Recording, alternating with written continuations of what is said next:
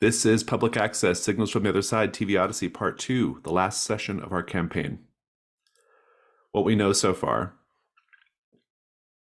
In the late 70s, Phineas Waitley came to Deep Lake with a special camera, set up a public access TV station. TV shows happened, public access TV programs happened.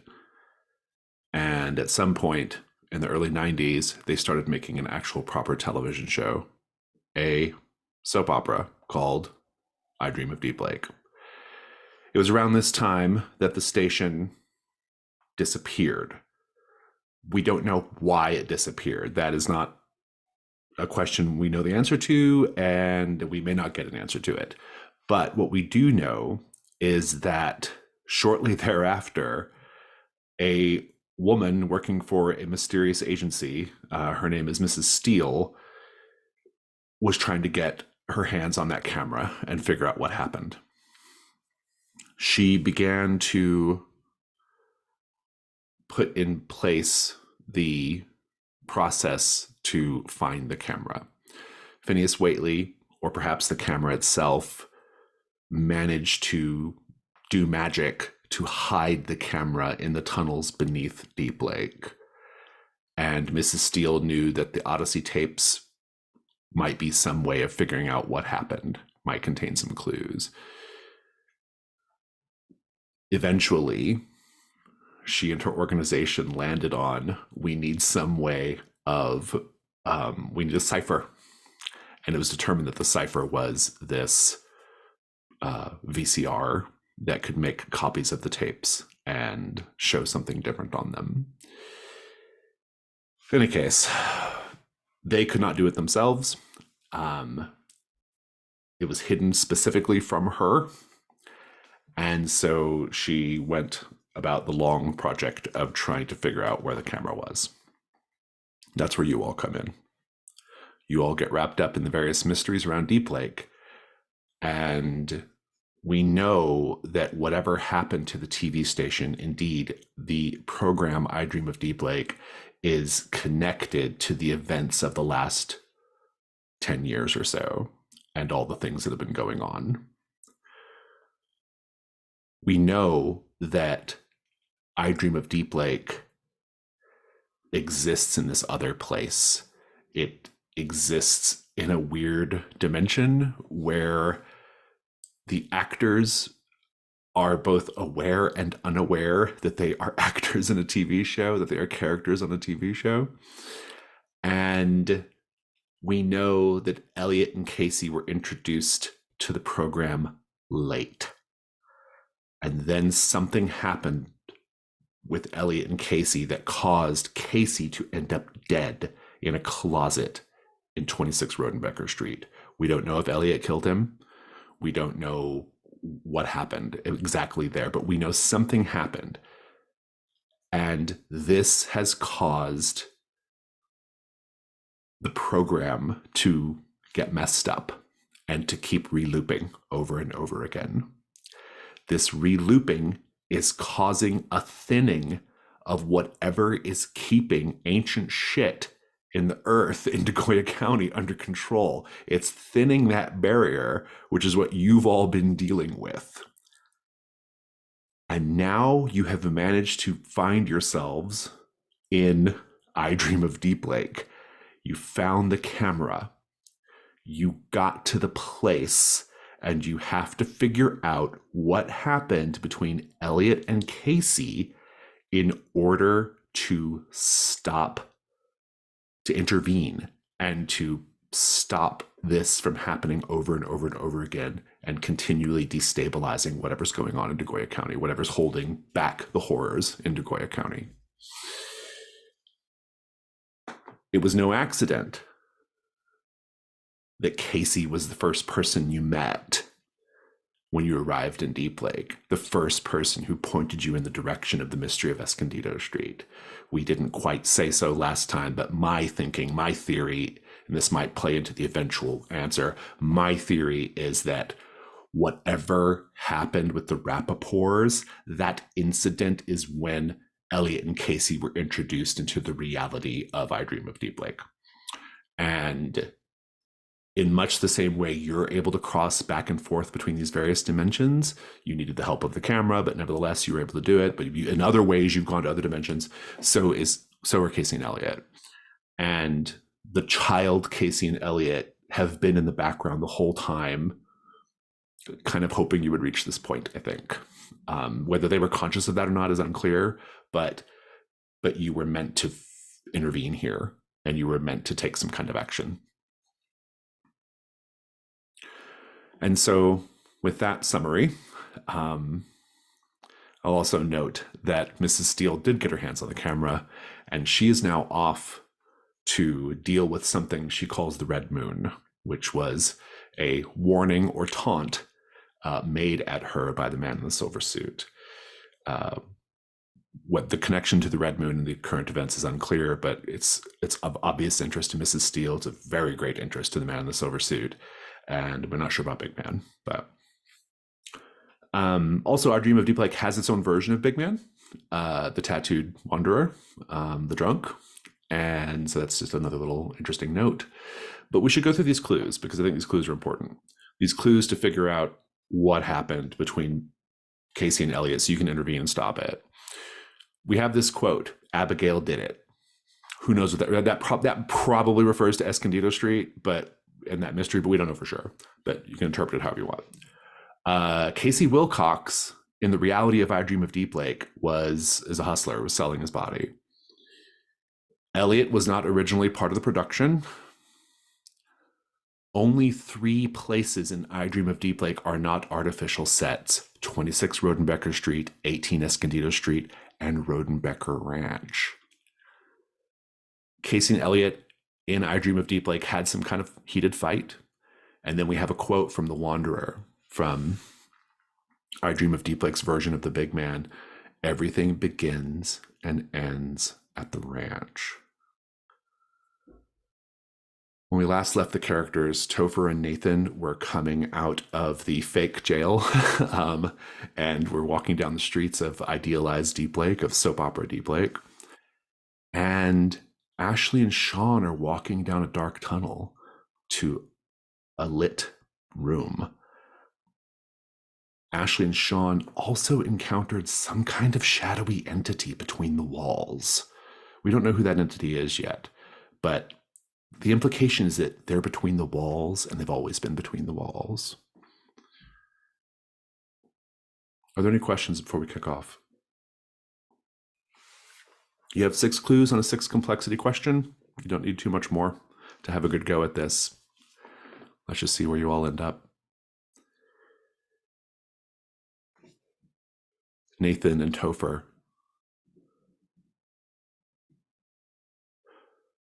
There's a rewind. The beginning of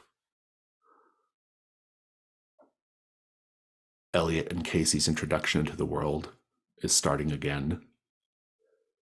As you both, let's just paint the scene. As Nathan and Topher are walking down the streets of soap opera Deep Lake, how do we know that the loop is resetting?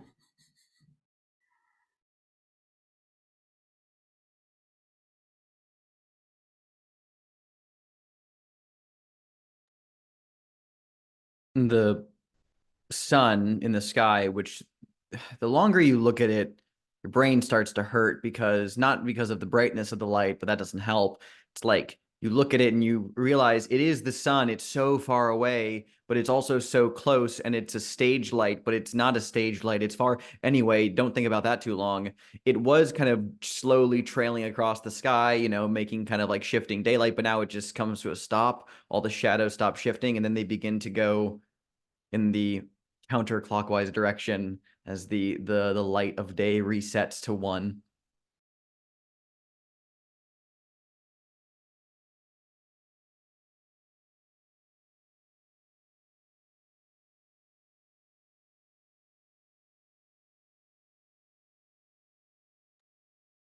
I think How far that back is it going? Um, Casey and Elliot are still adults, if that helps.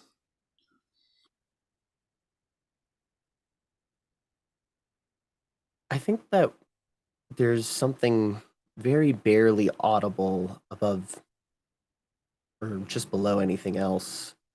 It's almost like a ripping or tearing sound as the veil thins slightly.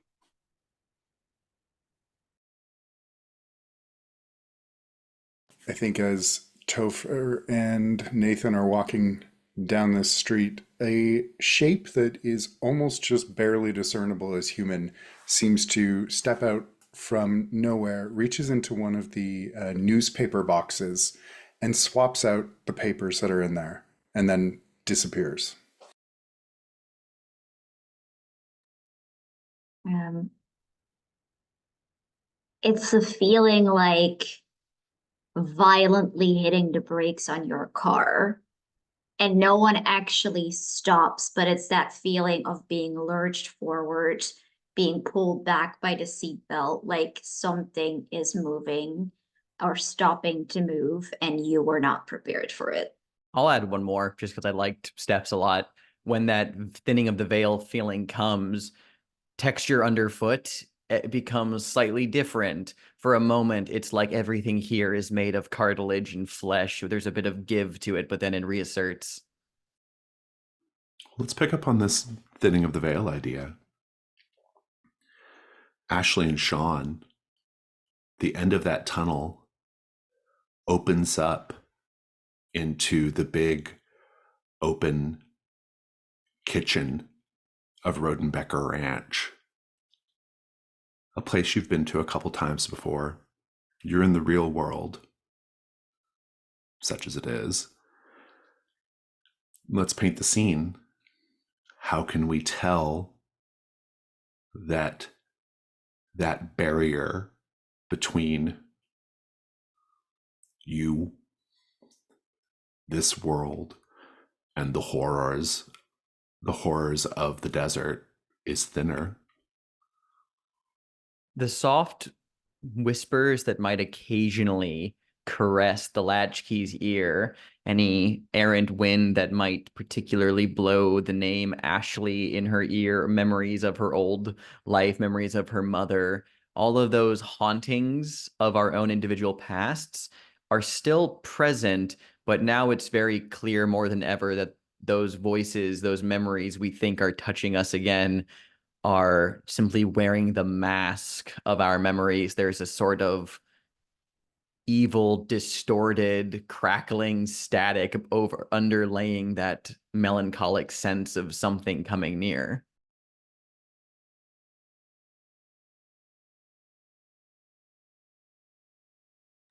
I think that the sky goes somewhat transparent for a moment, and there is a towering person like figure staring directly into the set, and then they're gone. I think the sound of the wind over the sand and through any trees nearby, it doesn't sound quite right. And that's because it sounds like TV static. I think as Ashley and Sean look at each other, there's like this very uncanny effect of an actor wearing too much makeup and the camera is catching it. Like they have become just a little less real. It's like it's HD, right? Whenever, like on I know HD was so rough on a lot of people when it first happened.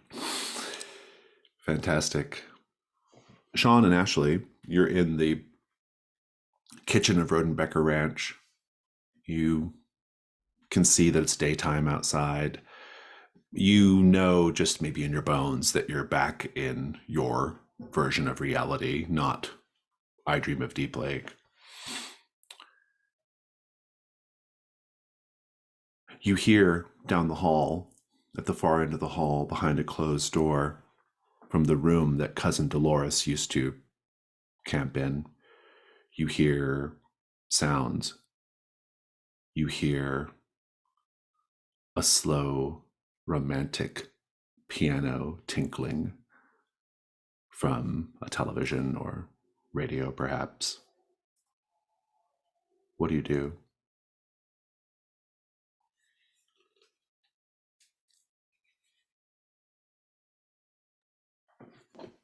think Sean's going to look at Ashley and say, should we check if Trinity's here? Maybe, I mean, she was onto something before, right? Yeah, I guess she might have been. Uh, Let's check out whatever that sound is. I'd really rather not. Think the time for running away has passed. Yeah. Yeah, okay. What's the worst it could be? I mean, at this point, I feel like we've seen it. All right. Let's do it. Side commentary into the mix. I feel like there's a failing that has been committed against Sean. We have not watched enough horror movies for him to realize that saying what's the worst that could happen is the worst possible idea. Right next to I'll be right back. Indeed. Especially followed with, well, we've already seen everything.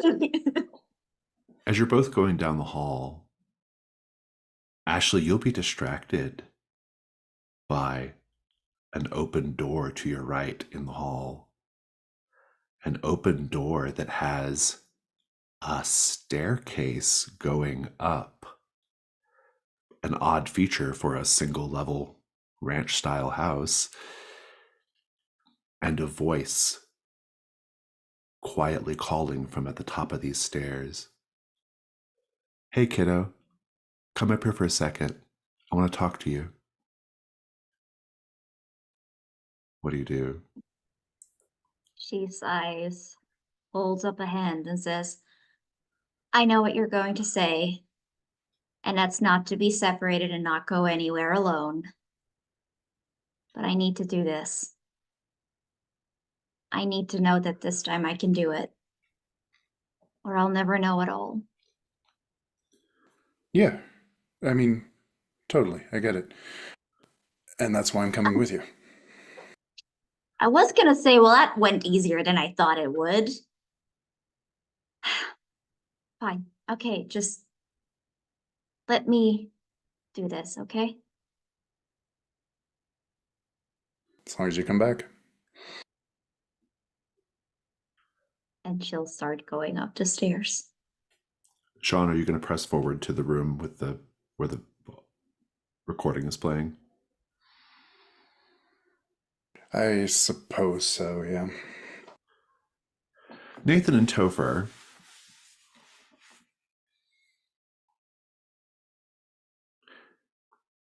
you see down the way young adult, Casey and Elliot laughing, joking, arm punching each other. Casey with his big jinkos, Elliot a little bit more modestly, nerdishly dressed, walking down the street like none of that business just happened. What do you both do? I have like 6 ideas, but first I have a question. So, my move, strange things to put at the Circle K. There are no convenience stores in I Dream of Deep Lake that are, but there would, I think we've Well, just established fake ones. Yeah. They're fake ones, but there are crafties. There are like the catering Oh, tables yeah, that that's we've good, seen. yeah. So can I say that I grabbed something from a catering table at one Sure, point? yeah. What do you grab? I think I just grabbed a pack of were Cool Ranch Doritos around in 2004? Absolutely. Yeah, a pack of Cool Ranch Doritos. And unless Topher thinks it's a bad idea, kind of walking on the intercept course towards Casey and Elliot while they're kind of like buddy, Topher, what are you doing? Yeah, I think Topher's going along. Fantastic. Love all that. Ashley, as you make your way up this staircase, what are you doing in the meantime? Are you just going up quickly? Are you taking your time? Like, what are you doing?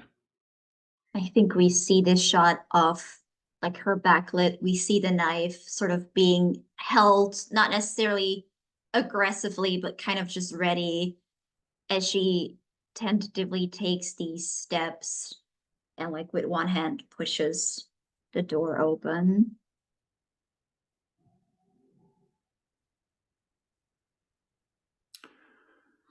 I'm going to trigger the meddling move. I think that's really what's Ooh. happening here, more than I was going to say night move, but I think you've been through enough to get a meddling move out of this. But I do want it with composure, and I want to take a look at your conditions. I have the condition I dream of I deep dream of lake. deep lake. I Yeah, feel like I that's kind of going want to to. just really haunt I me think it's this going to be an session. issue. Yeah, please go ahead and roll with disadvantage. Yeah, let me see if I can use an item.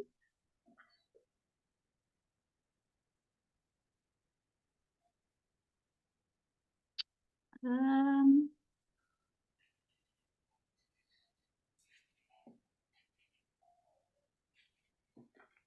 can I argue that the chunk of iridescent ore that like changes moods, can I like hold it like a pendulum, like as I'm like I like opening it. the door to kind of check like A what the talisman. intent A is? Yeah. talisman. Yeah, I like it. I'll take it. Yeah, it's fun.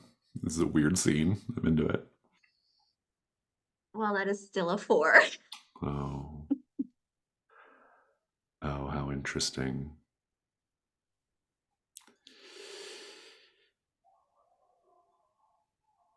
Huh.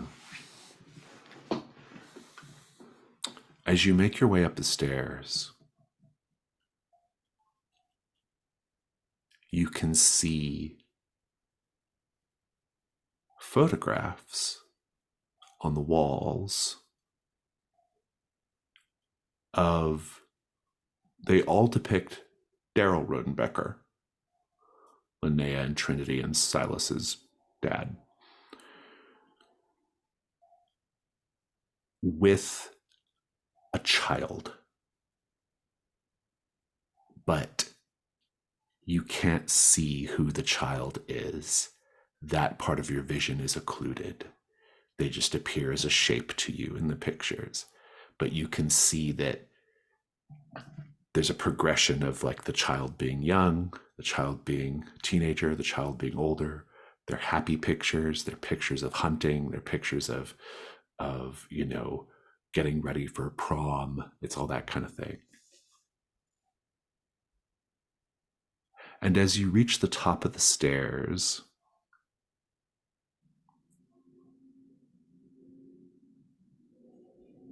the door opens of its own accord, and you see Daryl Rodenbecker sitting on a bed facing away from you.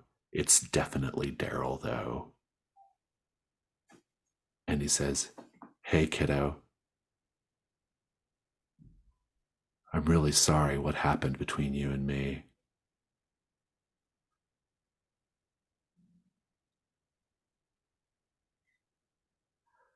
I just didn't have the heart to face what I knew to be true.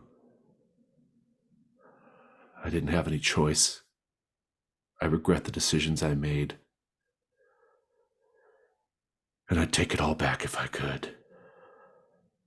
He still hasn't turned to face you. How do you feel right now? Oh,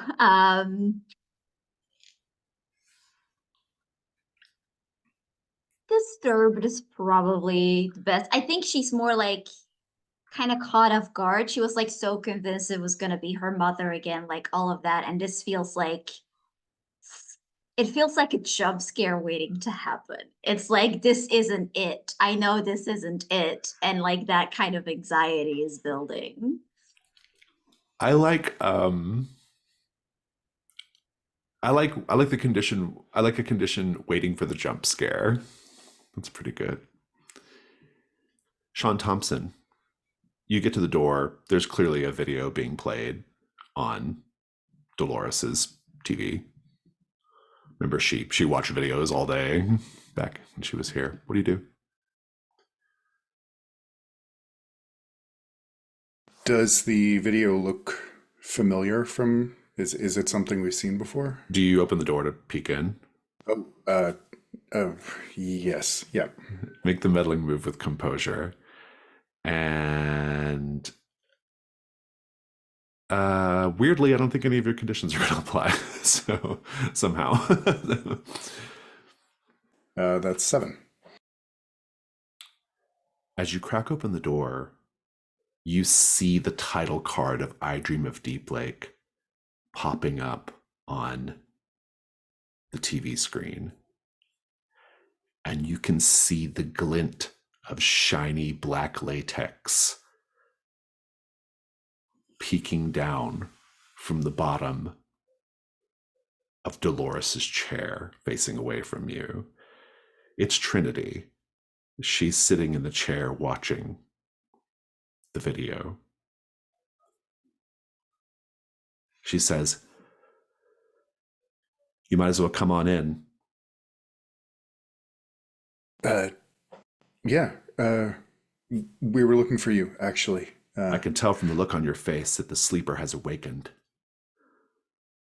Sure.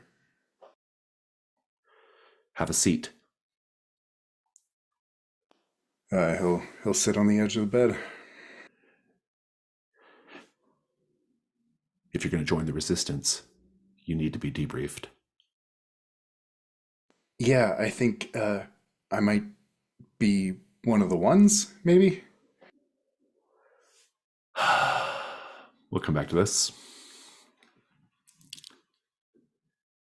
Nathan, what do you do? I feel like as we approach the talking buddy Casey and Elliot, I guess he's kind of like maintained some similar like body language of like, oh yeah, we're just hanging out, walking around here, and does like a overly casual like, hey.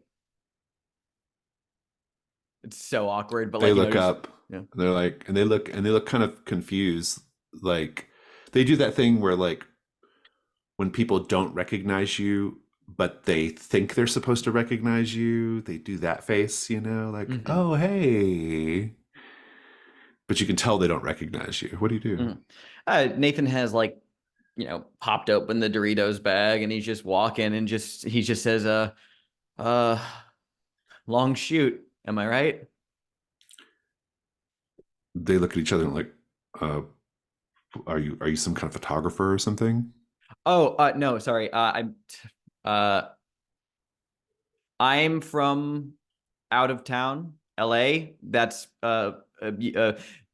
Casey says that explains the clothes. Yep, there you go. Hey, what's up, you guys? Just enjoying the nice day out? Yeah. Do we have like are we supposed to be meeting you or something? No, we're just this me and Topher going on a Hey. walk. Couple of guys on a walk, hanging Hey. out. You guys want a Dorito? Sure. And Elliot makes some comment about like, I'm pretty sure this still qualifies as taking candy from a stranger. And Casey's like, we're not 10 anymore. And, goes for the Dorito. So you guys having a good day? Yep. Nice, cool day. Very cool. Like a cool ranch. Yeah. Hey man, how old are you? Like 30 or something? I'm 24, but I guess I look older for my age.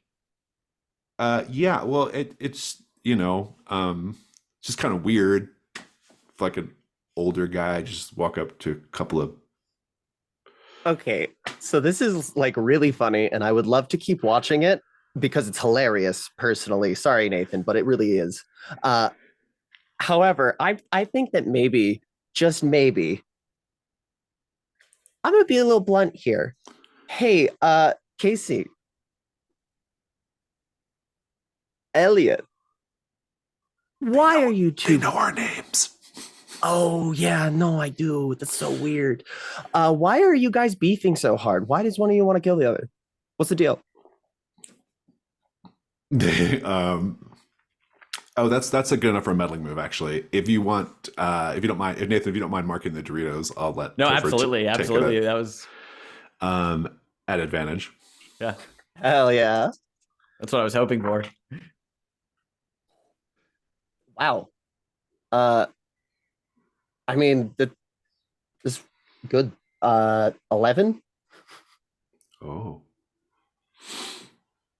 they look at each other like, what? We're like, Casey's like, we're best friends. I mean, we fight, I guess, like friends do, but I don't want to kill him. Elliot's like, I mean, sometimes I want to kill him because he's that way. But hey, cool dog. And they go and Yeah, Elliot, my girlfriend says that about other people all the time. you have a girlfriend? Casey says. Yes, I do. Wow, Yeah. that gives me hope. Why? I mean,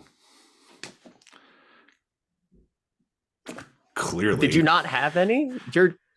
You know like who you are, right? And they still are a little confused. Elliot's still petting the dog. Here's your clue. You see a brown pickup truck across the way. Daryl Rodenbecker is watching the scene. That is your clue.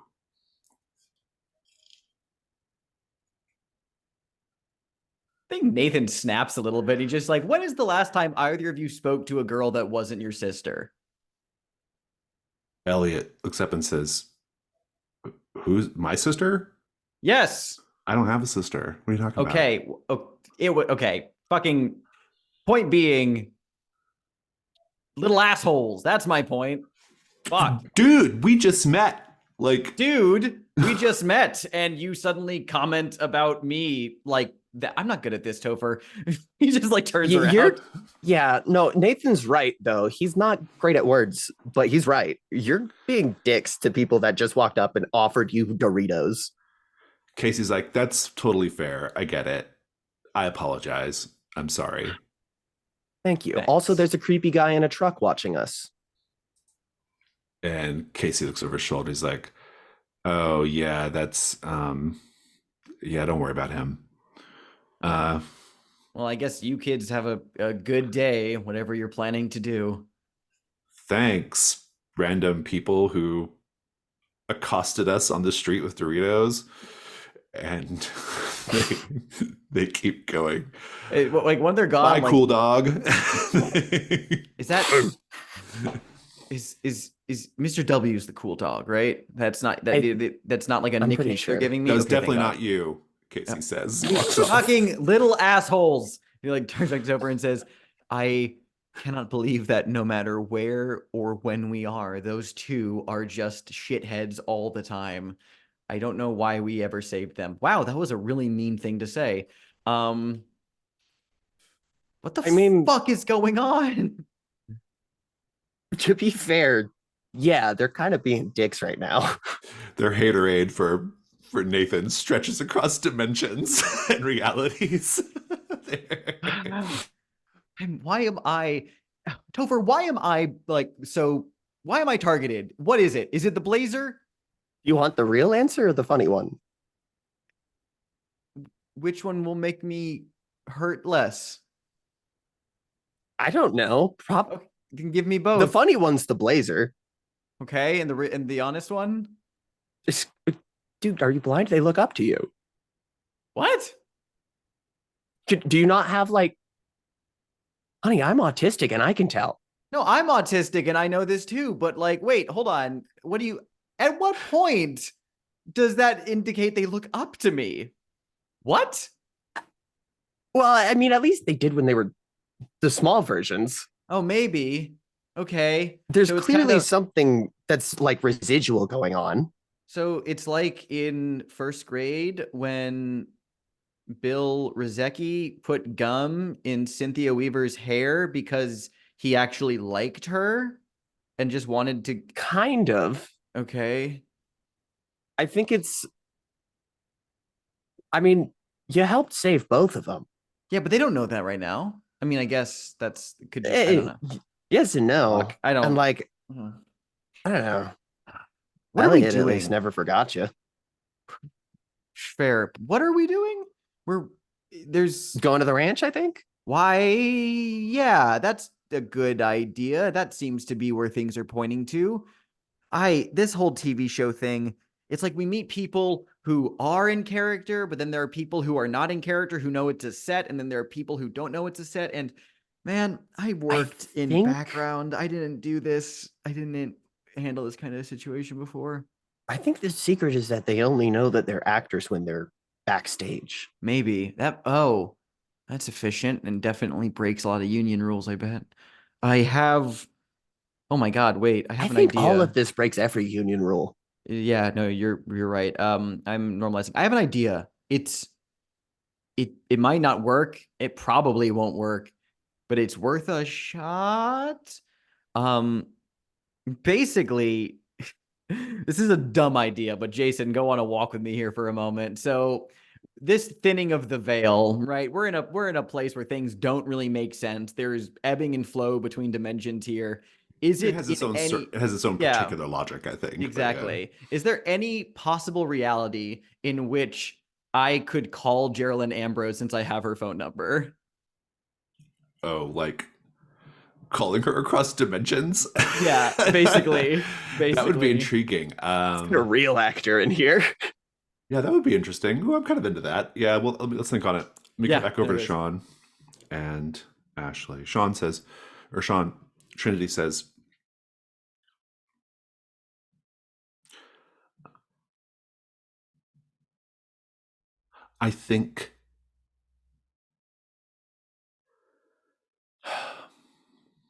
I think I understand what's going on here.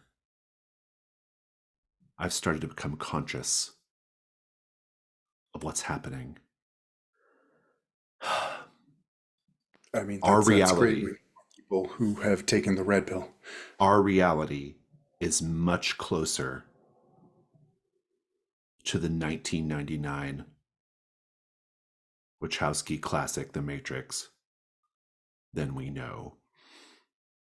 And I think it has to do with these tapes. Yes. Yes, I think you're right.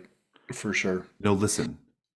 One time I came in here when cousin Dolores was watching her stupid tapes of her old performances. And the tape was it was cousin Dolores doing the Marilyn Monroe Gentlemen Prefer Blondes, number. And there were these dancers behind her. And I am pretty sure one of the dancers turned and looked at the camera in such a way that he was looking at me. And when I registered my surprise, a little smile crept up into his face. And I've been seeing it ever since. I think that the people in those tapes that my cousin was watching, I think they were watching us too. Yeah, so 100% yep. And also And cousin I was- Dolores, I think when she was here watching those tapes over and over and over again, I think she was doing something. She was causing a rip in the space-time continuum or something. Like whatever it is on the other side of those tapes is trying to get through. And cousin Dolores watching the tapes over and over and over again was causing that to happen. Cousin Dolores was waking up from the dream. I think she was more likely collateral damage, but just can you go to the window and tell me if you see the giant man in the sky? But look, watch. Look, watch. And then she points at a scene of Elliot and Casey walking down the street in I Dream of Deep Lake. And they're laughing and joking. You hear Casey say, "The dude was such a loser." Elliot's like, "I know." You don't know who they're talking about.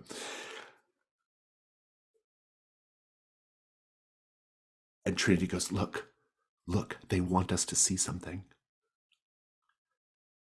And that's when Casey's walking just a little bit in front of Elliot. Elliot turns and looks up directly at the camera. The shot is kind of high. Topher and Nathan, you see Elliot down the street turning and looking up at something. And you see that Casey and Elliot's behind Casey really close, and they're holding hands, but like in a way where they don't want anybody to see. But Elliot's looking up at the camera. He wants us to see that. Can you do me a favor? Just rewind a little bit. She does. She rewinds it back. And Nathan, Casey says, that explains the clothes.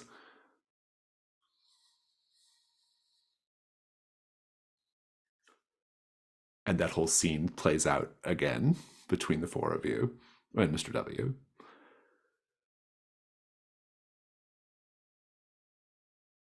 Trinity says, they're communicating with us from the other side. They're communicating with my friends. But right who's now. the dreamer? Are they the dreamer or are we the dreamer? I don't think it. Who it is matters, currently actually. floating in a Oh vat my god. of electrolytic liquid, having their energy harvested by the robots? That's what I want to know. Yeah. Your clue is that Elliot and Casey were holding hands. And I owe you a complication on this clue. And I think I am going to give you a condition, but you're going to have to mark a key because you've already got 3. The condition is you're part of the resistance. Will that replace any of my conditions? And I think it or- can go ahead and replace Hounded. And you're going to have to mark, looks like the Wandering Monolith. Yep. Ashley Oakes. Once you see that it's Daryl sitting, facing away, talking to you in a really familiar way, though he hasn't looked at you yet, what do? I think this is probably going to trigger the night move, but I'm curious what you do. Mhm.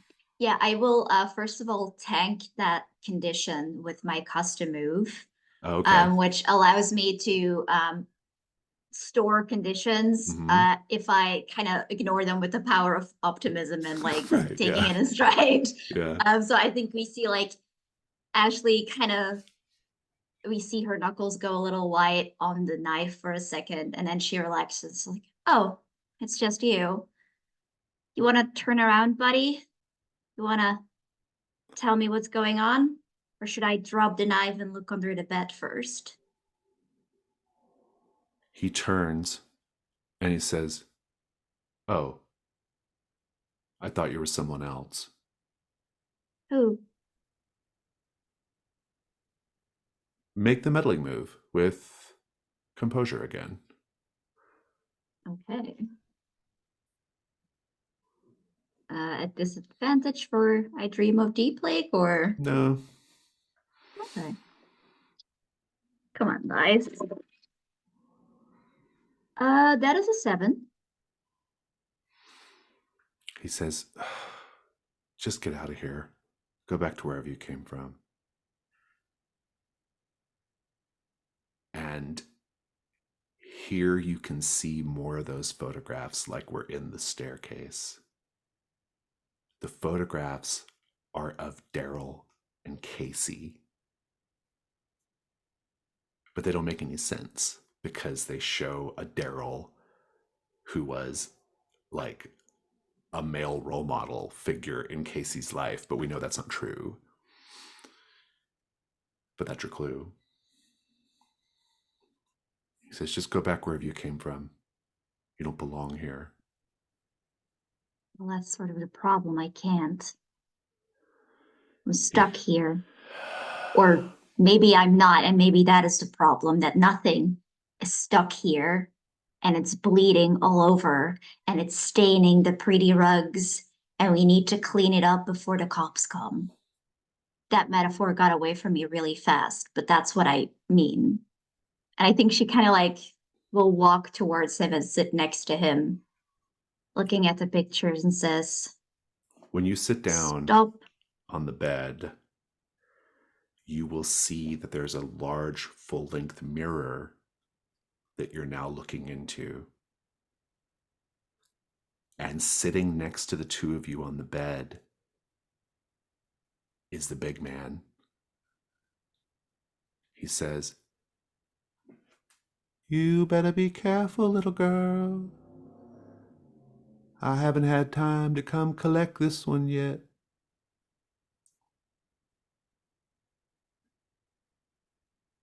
Daryl tenses up. I said, "Get out of here." You can see his hands tightening in fists. What do you do? She just sits there, knife on her lap, but in a very relaxed, like she might as well be holding, a phone or a game or something. And she just sits there. She will look in the mirror so that she's looking at the big man and just say, "Stop regretting and start fixing, or I'll fix it for you."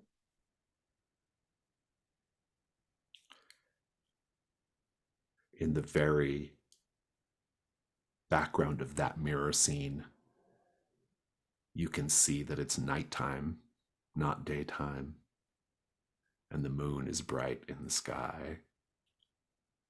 Daryl grabs for the knife and tries to wrestle it from you.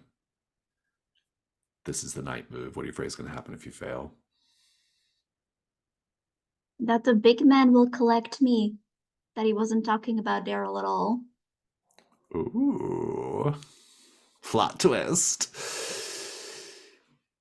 How is it worse than that? The other latchkeys will never see you again. Oh no. Roll with vitality, and because of the man in the gray suit, I'm putting you at disadvantage. Okay. Do I have anything that can help? Um,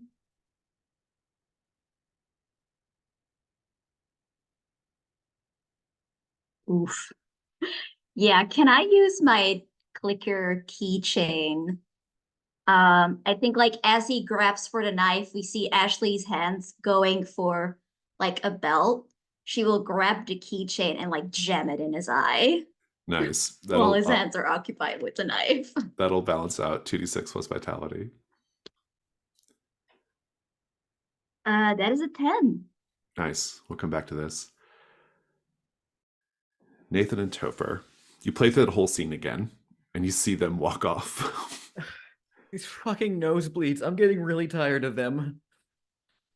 Yeah, it's a lot. Oh my. I don't like this anymore, Topher.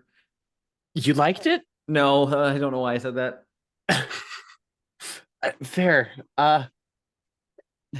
We We should find the others. we should get to the ranch. Yeah, I have a feeling that's probably where they're gonna be. Also, I'm gonna try something. I'm you have one of those like range boosted phones, right? That's a thing you're the tech person. Yeah, I call it the brick, but yeah. Yeah. Can you I have a You number? need it? Yeah. Yeah, here you go, man. I'm gonna try punching in Gerald's phone and like and just be like, okay, maybe this will work. I don't know, this might not work. This is dumb, but I'm gonna try calling her first. As soon as you press send, or whatever it used to be back in the day, as soon as you press the green button to make the call, you both hear a cell phone ringing like 50 feet away.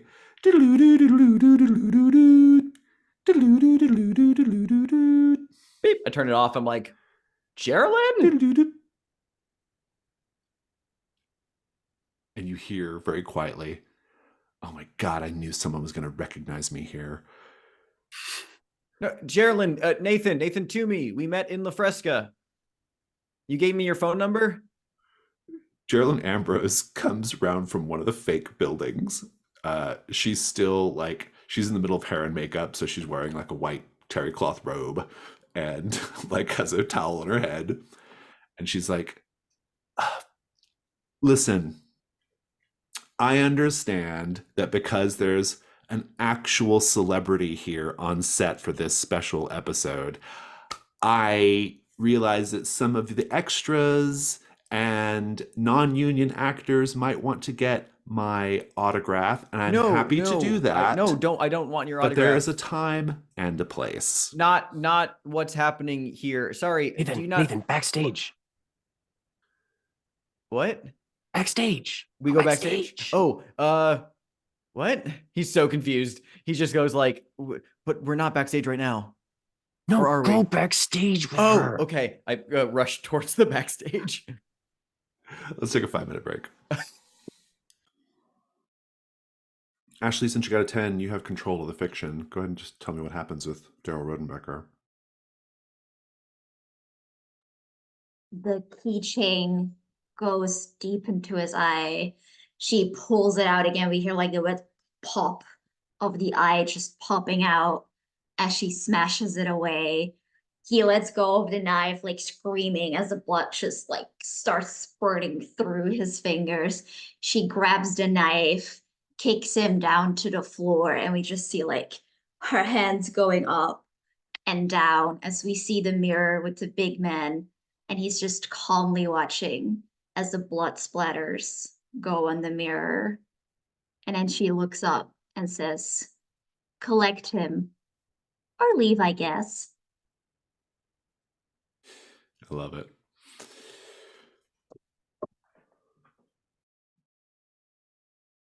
Nathan, you're in the back. Geraldine says, also, did you just call my phone? Yeah, you gave me your number a few I weeks don't ago. know who you are. I'm okay. Nathan Toomey, I'm not Is an this extra. Hold on. Is this some kind of like weird stalker situation? No, I work in painting. Oh, you're a crew member. Yes, I'm crew. Oh, okay. Well, So you never worked in La Fresca? she says, what? She's like, listen, I'm not sure how we're supposed to know each other or why you're speaking to me in such a familiar way, but let's just say that I'm not really that thrilled about being on this chicken shit soap opera gig, okay? But I gotta do what I gotta do. Not particularly thrilled to have your arrogant starlet ass going on this production either. Can So you even maybe we believe can this just part move they've it. given me? I'm Yeah? the secret mistress who supposedly had a kid 19 years ago. That would make me like at least 40. Yeah, who accepted the role? Who accepted the role? Are you my manager? What's going on here? Did you sign a contract stipulating that you are forced to do everything your manager sends you, or did you accept the part? Well, I just wanted to play against type. I think I can Yeah. play Oh, older. so you wanted to play against type, and now you're complaining about playing against type. I can be a really hot 40-year-old, I think. You could. I would agree 100%, but now you're Thank complaining you. about it. Why? Well, I'm not. I just why are you shitting on the writing of a project you were Why would they interested even in, send me Carolyn? this script? Maybe because they thought you were a talent. They didn't know you were such a fucking diva about it. That hurts. I'm Yeah. not a diva. Yes, you're being a diva right now. And if you want to prove that you're not I'm a diva, America's sweetheart. you were America's sweetheart 3 years ago. Well, And now it's that fucking girl from what's her name on what's her program. I don't keep up. Anyway, are you supposed to be like my conscience, like my fairy godmother or something in a weird blazer? Fuck it. Yes, I am your conscience. And who are you? And who let a dog on set? Oh, I'm Topher. This is Mr. W. Anyway, help me run these lines. And she hands you a script. Fine. She's like, okay, we'll pick up with oh, Sandra, I didn't think I'd ever see you again. Go. Oh, Sandra, I didn't think I'd ever see you again. Yeah, Daryl, you weren't going to see me again because you chose to leave me high and dry. Honey, you were dried out before I even found you on that roadside motel 6 years ago. What the fuck? That doesn't even make any sense. 6 years ago? I'm supposed to Yeah. have an adult kid by this guy? Huh. Yeah, there is some weird writing in here. Do you see what I'm talking about? Yeah, it's not good. Um, but you've worked on a lot of like these types of shows, right? Like the soap operas, everyone's trying to beat Twin Peaks kind of thing. Yeah, I don't know. I guess let's just keep going. Let's just go down a little bit over to this highlighted Yeah. bit. Okay. I know you Starting. have to protect your reputation with your family and all their businesses and money. Who wrote this? But I deserve to be treated like a human being.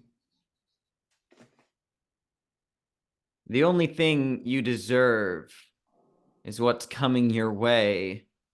I told you then, I'll tell you now. You don't fall in love with the big bad wolf. Can I just stop you really quickly? I'm getting nothing from you right now. I I'm not realize an you're a actor, crew member. Geraldine. Yeah. Okay. Okay, I'm sorry. If you wanted me to act, you should have said act. You know, I'm running lines. This isn't my whole deal. Look, how about I just I'm gonna take this. He tells up the script, and I'm gonna go take it to the script supervisor and show them all the highlighted bits and maybe the errors in it. They'll fix it for you and give you some like real material to work with that. Yeah. I mean, look at this. Daryl, don't walk away from me, Daryl. Why did she say Daryl twice? Are there two Daryls? It's weird. No, I think it's supposed to be like you shout it out first, like you call after him, and then he keeps going, and then you say it again. Don't walk away from me, Dare. It's like maybe you're like punctuating. It's like the desperate, like holding on to like the shore in a storm. You know, it's like you're reaching out to him. It's like he's a lover that you hate, but you fear being abandoned or left behind more than you hate being with them. You know. She's like, huh, that's a really keen insight to the character, crew member. Thank you. Yeah. I'm still taking this. He says with the script and Fine. just walks away. Fine. Walks away with Topher. Oh, since you're Nice part of to the meet crew, you. can you please make sure that there are no rusty nails in that ridiculous squatting flophouse set we have to do? That place looks dangerous. Yeah, I'll call my union rep. Oh Jesus. He walks away and just kind of and looks over at Topher and just goes, "This is what I dealt with every single day of my life for the last several years." You know Geraldine Ambrose? As of recently, but people like her are kind of all in Hollywood. Even in the animation business, there are people like her. We had Jane Fonda in the recording booth once. Yeah. Yeah. She wasn't particularly thrilled. I I'm going to pause really quickly. Okay, we're back. What were you saying? I was saying she wasn't really like thrilled about the part, but she was a really nice lady. I mean, she wasn't the worst. She was actually probably like one of the nicest people we've met at the time. Her agent though was a nightmare at that moment. I think I'm glad she switched eventually. Fantastic. Let's move on from that scene. And go to... Well, Sean, what do you do once you're done with Trinity? I think we're getting ready to wrap up and go to answer a question here, but so I kind of just want to get everybody in place. I think he's going to try and go get Ashley because maybe we can figure something out together with this tape. Yeah. Ashley, do you come back downstairs? Downstairs, covered in blood. What's going on here? Yeah. Unless like the big man says anything to her, she's like, oh well, guess my job is done here. Your job is done here. Wasn't my mom. Ah well. I think you probably like find her in the kitchen and she's just like taken a kitchen towel and she's just like just her face like a little bit. What the fuck? It was Daryl. He actually this time he was first and it was self-defense. I mean, every time it was self-defense. I mean, I've never done this before. I don't know how much you know. No, yeah. Okay, so um, you got to chop it up, right? And then put it in tubs and then bury? I don't know what to do with the body, but let's do it fast. I I think at mean, this point, you might actually. Um, I want to get Nathan and Topher I want to get you all together here, even if it's just Nathan and Topher on a TV screen somewhere in an episode of I Dream of Deep Lake. Nathan and Topher, how might that happen? What might the scene play that allows them to hear your voice on the TV in the room in Trinity's or in Dolores's room? I think we're just walking through the audio department. It's like they're doing like sound check and it's background noise. Yeah, I think that's it. You hear Nathan and Topher like talking, and even like Mr. W bark on the video. You have a direct line of communication with them right now. What do the two of you do? Was that Mr. W? sounds like it. Uh, Topher and Nathan? Did Can you, we hear the Trinity, back? turn it up. did you just hear Ashley? I guess, do we hear Ashley?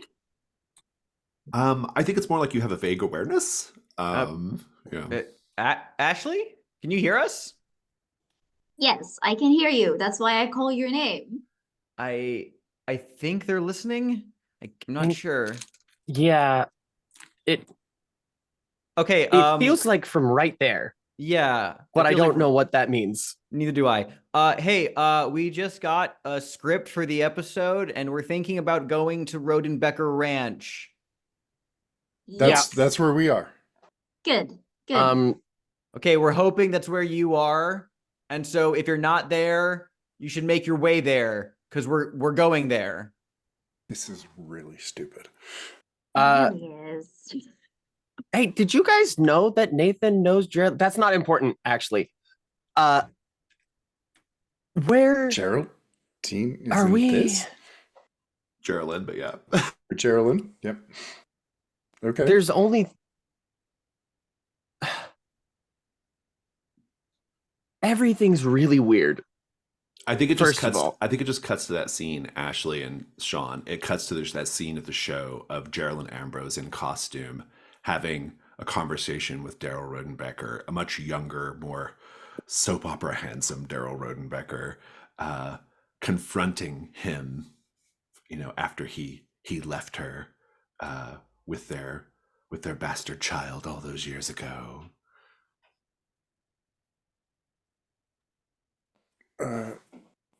Wow, okay. I guess things aren't going great for her career. Let's I don't know what to do with this. Is this why you killed him? Maybe there were pictures of someone of Casey and Daryl. Oh, maybe if we fast forward, we'll get to the birth. Yes. Or Good. rewind. If you rewind far Let's try enough. fast forward. Yeah, maybe we'll see the kid. Let's try it.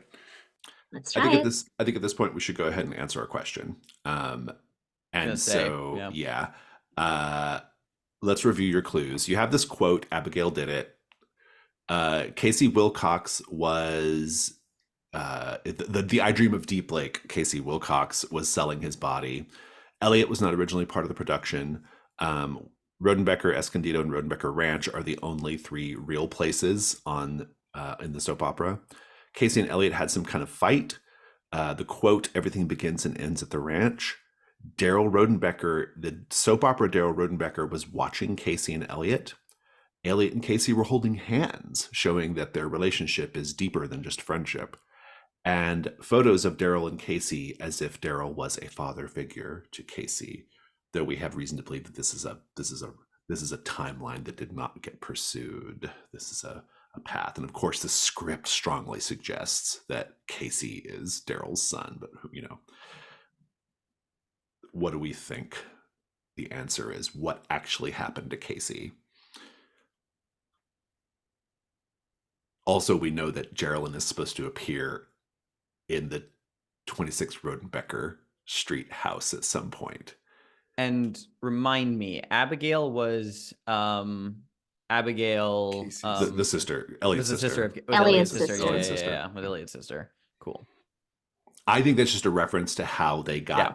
inserted into I Dream of Yeah, Deep Lake. I was about to say I literally think that that's just a holdover from like explaining how they got into the program. How they got into the program, yeah, which is probably also the clue that Elliot was not originally part of the production, right? To me, so far, it seems like Daryl is the actual killer here, and I don't know, I feel like that because there's a lot of that points towards Daryl, that like some sort of violence that transpired. But I'm curious to see what other people are thinking about these other clues, because obviously we have a gay relationship that's being kept secret. I think those clues point towards that, and then that having, in true and proper soap opera fashion, small town soap opera fashion, it's like dramatic and star-crossed lovers and all that kind of thing. I mean, I think that makes perfect sense. I mean, the clue of them holding hands probably pretty strongly indicates that their fight maybe didn't. Well, I don't know.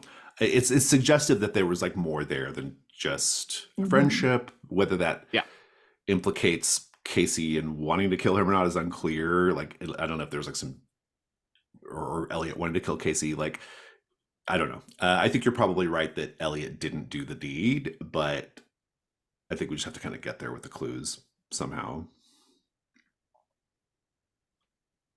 Well, everything begins and ends at the ranch also just points directly to Daryl Rodenbecker, because he's like the head of the Rodenbecker family, Rodenbecker Ranch, and he's causing all of this shit to go on in both like the real and the dream.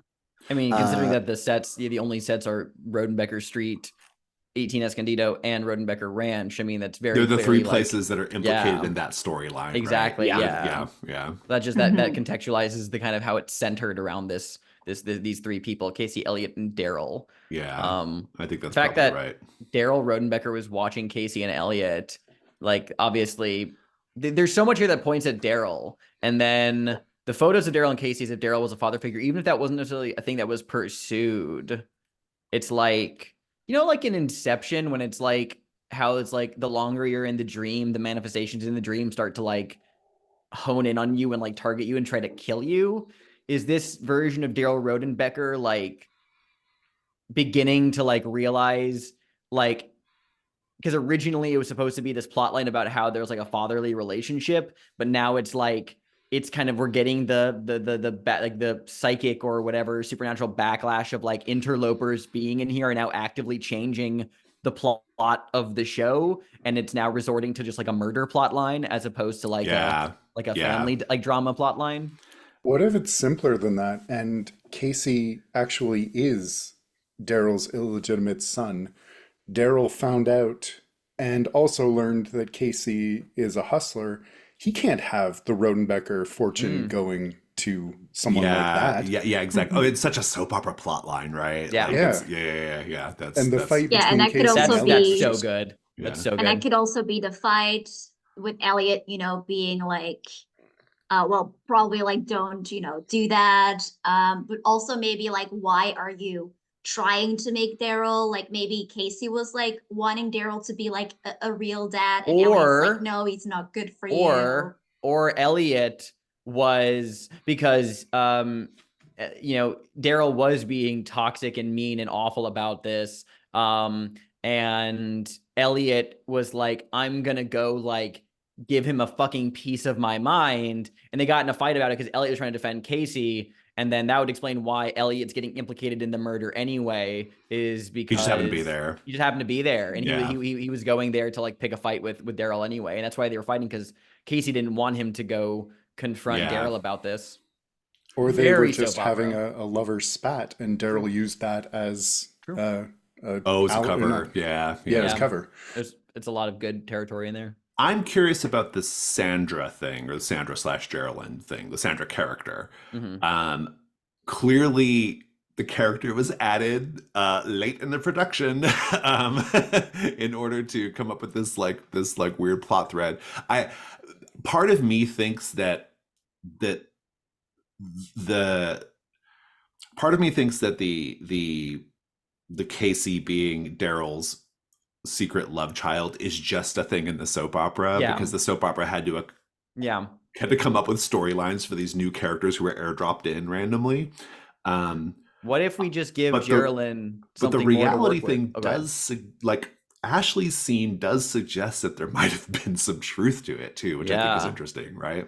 So I mean, that- what if we give that's unclear, Geraldine some more meat to work with, materialize, and we arrange it so that Sandra, the Kills. discarded lover, kills Daryl before the murder is committed, you know? Oh, that's good. Like she A newfound family between the mistreated Sandra and the and Casey. Yeah. And like we have this kind of like she kills him. Yeah. that's good. Like they're putting to rest the demons of the past by killing Daryl. That's pretty good, actually. Mhm. I'm super into that. I think it's really great. So yeah, setting aside the clues that just kind of show how Elliot and Casey got into the soap opera, the rest of it pretty clearly points at this. Elliot and Casey were in the soap opera, at least, were like, kind of like secret childhood crushes of each other, and they were friends and very close friends. Daryl is Casey's real dad, but because of all of his obligations to the Rodenbecker fortune and stuff, he couldn't he couldn't claim an illegitimate child. And because that illegitimate child would go on to be engaged in very embarrassing work, it threatened the Rodenbecker family, right? That's such a soap opera thing, right? You threaten the family, so we have to keep you quiet. We have to make the problem go away. And so Daryl lures Casey, or maybe he goes to where Casey's at, where he and Elliot maybe hang out at this abandoned house, and is going to kill Casey. But you're going to make it so Sandra intervenes. That's pretty good. I like it. Who wants to roll? It's a +3.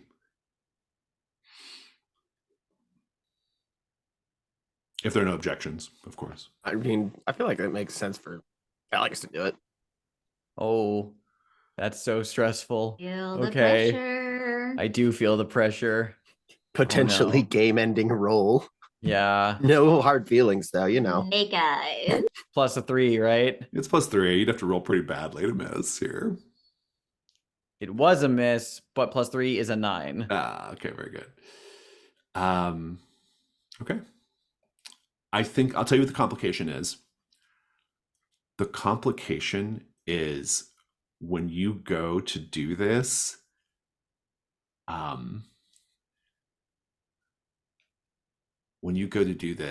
to get, like you're going to like set it up so that Geraldine kills Daryl, thereby breaking the cycle. I think that somebody in production is going to write in a plot twist that is going to devastate the town of Deep Lake. And you will have to contend with it. And it's connected to the cameo of Geraldine Ambrose, former star of Muffy the Zombie Killer.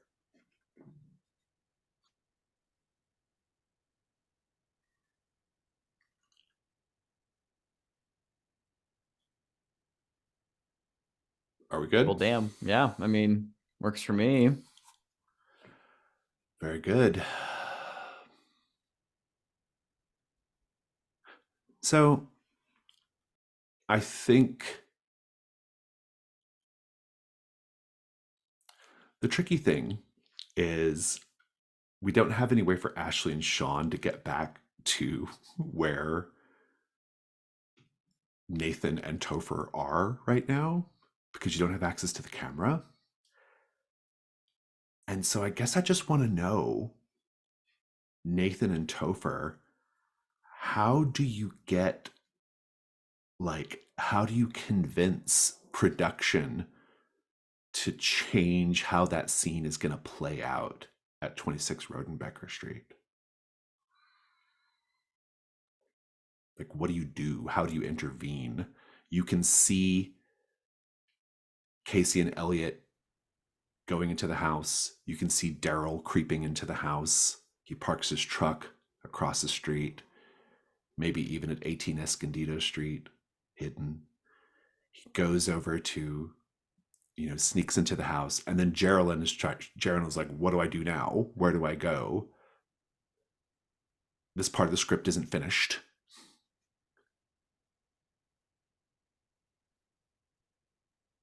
All right, so I think you probably just want to go in after Daryl, follow him quietly, and then once it gets to near a climax, when he's at like the top of his monologue, you jump in and stab him. Oh, okay. So during my cameo in this low budget soap opera no one's even heard of, I'm going to murder a guy and be covered in blood. That's going to do great things for my career, I think.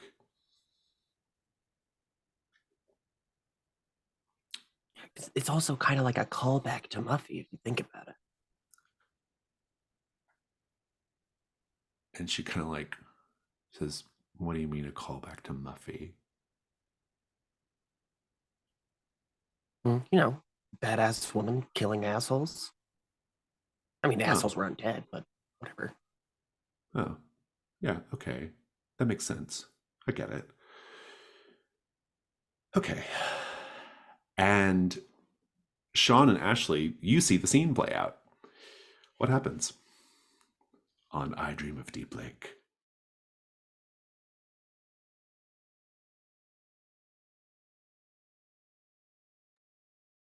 I think it might be very reminiscent of the scene that played out between Ashley and Daryl.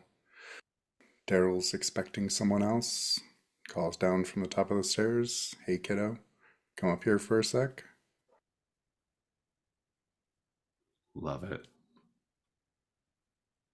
Yeah, and I think Geraldine sort of bolstered by Topher's, like, this is gonna be a callback, a callback.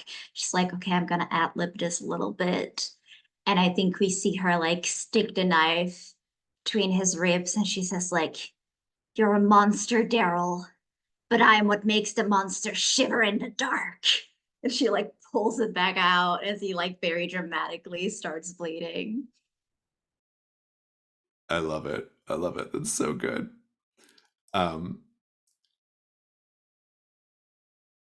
Nathan, are you and Topher like on this? Are you in the 26 Rodenbecker Street set right now? Are you there like watching to make sure it all goes to plan, or what are you doing? Probably. I think the idea of us kind of like, and Nathan's chewing his fingernails, like arms folded, like watching very Yeah. nervously. And Geraldine gets really into it, right? I mean, I think she's like mirroring the scene of Ashley killing Daryl. She's doing the same thing, right? Blood spattering everywhere on the mirror and all that business. She's breathing heavily.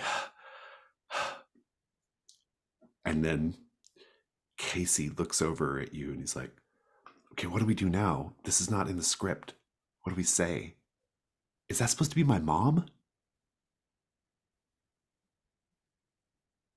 Just start crying. Just have a breakdown, then hug. It always works on the shows, I think. Elliot's like, oh yeah, I've got it. And he does his whole very dramatic, like, thing. And he begins like crying. And they give a little speech about how, they no longer have to worry about being terrorized by Daryl Rodenbecker anymore. And Sandra says, oh honey, I'm so sorry things weren't better for you, but now we can build a new life for ourselves, and all this other stuff is going on. Sean, the scene cuts to Sheriff Bill pulling up outside of 26 Rodenbecker Street, the first one to respond to reports of trouble at that old abandoned house. And he's getting ready. And that's when you see production's brilliant idea to work in Geraldine Ambrose star power into the scene. There are zombies creeping up out of the tree line, approaching Bill's truck. They might be dream zombies, they might just be regular zombies, it's not important. But Sheriff Bill is like, what the heck is going on here? And he's getting his weapon. He kind of points the weapon and he's like, you just stand back, stand back. And they're all, bah, bah, and like they're, you know, a couple of them are just standing there because they don't know what to do. They're like, oh yeah, bah, you know, and then they begin clawing at Sheriff Bill, and Sheriff Bill is going to be the first victim of the zombies in I Dream of Deep Lake. Sean, what do you do? I think as the zombies start approaching, he's going to just, no. And he's going to leave the room and try and get to the real world equivalent, hoping that maybe it will align somehow. I love it. Ashley, what are you doing right now? I think I will try to buy Sean some time and try to rewind. Like as little, like before the scene, like just in that little bit that we have, just keep rewinding to give Sean the time to get there. I like it. That's really good, actually. Yeah, I like that. That's good.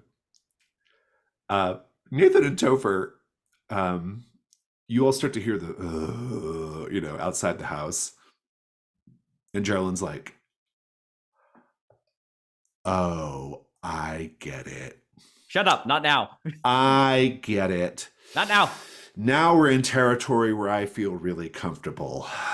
Oh, wait, this yes, okay. is yes. how we're relaunching Muffy. I get it now. Yes, you got it. Absolutely. And to mark the occasion, we want you to, he pulls out the fucking handcrafted engine part tiara and just being like, fucking like Hellfire Queen about to go wreck zombies. Take this and, just fucking wear it. But he's gonna pull out. I have the Walkman with the beating heart inside of it from Convergence. And we're in this weird, weird ass place, and I'm like, this better work because everything else I've done has somewhat worked. If I press play on this thing and get a fucking killer soundtrack in the episode for premium zombie killing music for both Geraldine and my girlfriend to start kicking some major ass in the episode, it feels like the genre shift needs to be met with an epic score to underlay the dramatic saving of Bill from Sean's part and some zombie killing.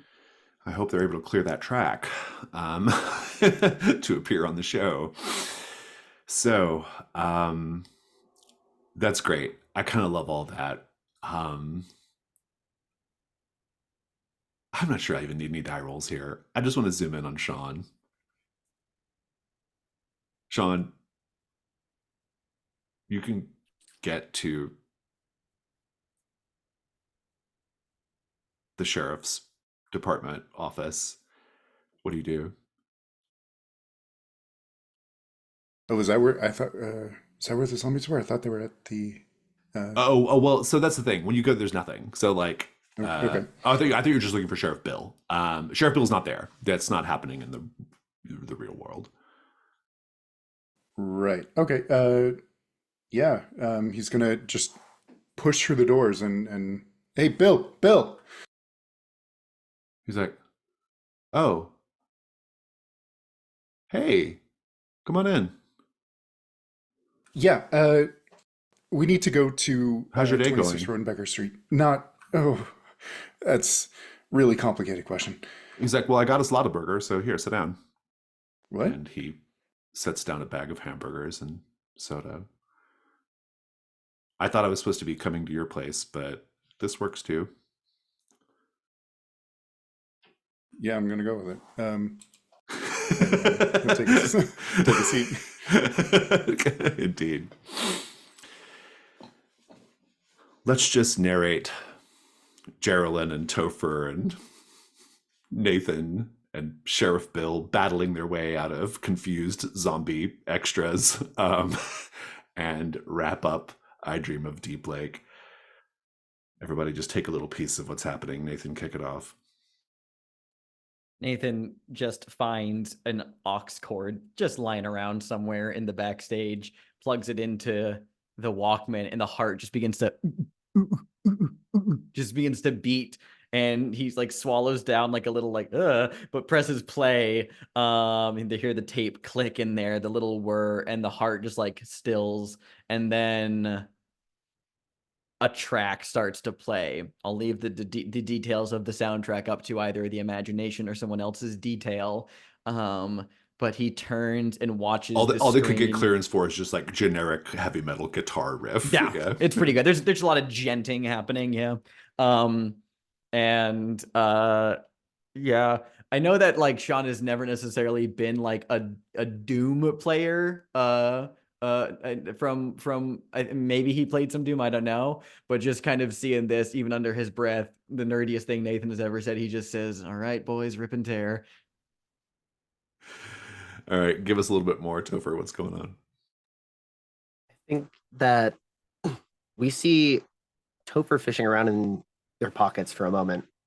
And they pull out a key and they go to there's like a locked closet here. And we can see that it's actually the key to the Moroccan Hotels unit at Me and Myself storage.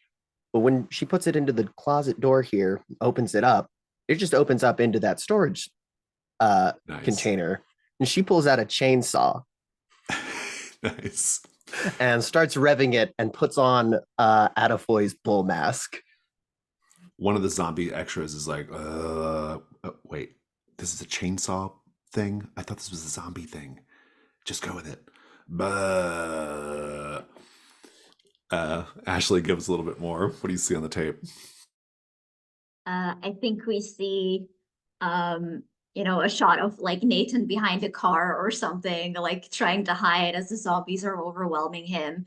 And we see like one intimidating zombie, like maybe sort of designed like that ultimate clicker zombie, reaching for him. And then it's just goes like as we see a knife go in, like a lot of blood splashes over him. It drops, and as she's go, "Sorry, I'm late again."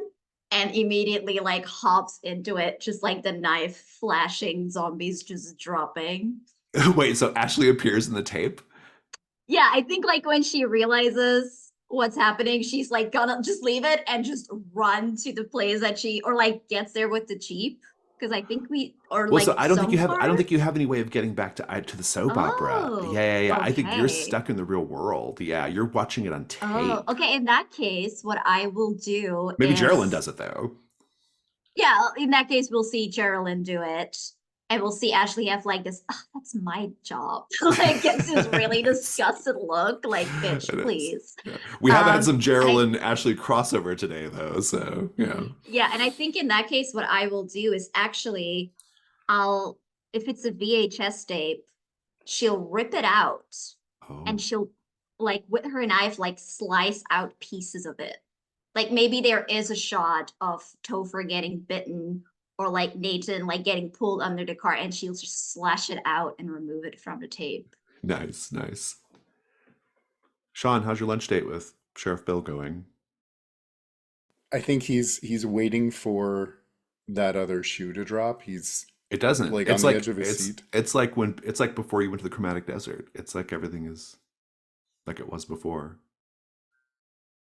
So how's oh, I forget it wasn't Mark. Mark was Sean's. Who was the stand-in? I don't remember the name, but yeah. No, his name was also Mark. But was it? I think it was Mark. Yeah. Well, I think that was the joke because I think that was the joke because the guy's name was also Mark. Yeah. He's like, how's who? Oh my God. Okay, great. Thank you for lunch. This is amazing. He's like, well, I'm glad you like it. I tell you what, my cruiser's never gonna get the smell out. It's gonna smell like these burgers forever. Worth it though, right? Yeah, I guess so. After this, so do you mind swinging past a couple places with me? I could use some company. Yeah, sure. No trouble. I can definitely do that. And then he'll kind of wrap up, scrunch up his burger wrapper and throw it away, and put on his hat and head out with you. Have I ever told you smell really good? He's like, oh, just about every day, but I always like hearing it. And I think at this point, I think we just head to epilogues. You have healed this little rift. DeGoya County is still a very fucked up place, but for now at least, nature is healing.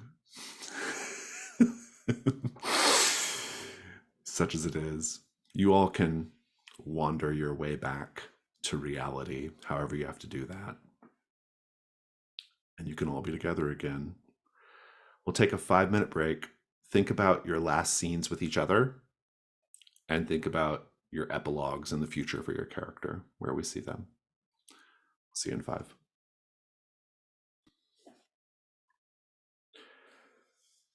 Okay.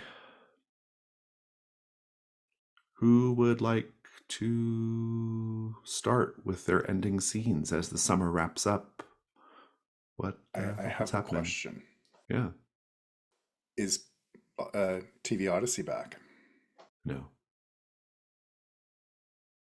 They're still dreaming of Deep Lake somewhere.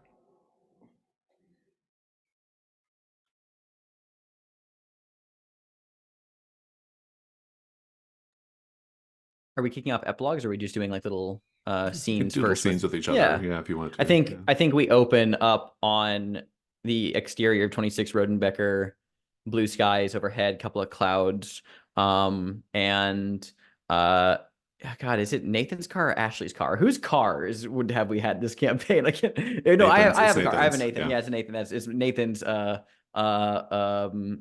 Ford. No, it was a Toyota Camry. That's right. It was a Camry. And the trunks popped open. I think we just see Nathan and maybe even Ashley as well, just like taking boxes down from like the house, like loading them into the car. I think we're seeing the end of summer, and the rooms are being like packed up and boxes being made. It's the time to go. We're just kind of opening there for now. I think Nathan is just kind of very single-minded focused, like going through the mental checklist of like, did I forget this? Did I grab this? Who, making sure that we didn't mix things up. So unless anyone actually like stops him and talks to him, he's mostly like tunnel vision. I'm working.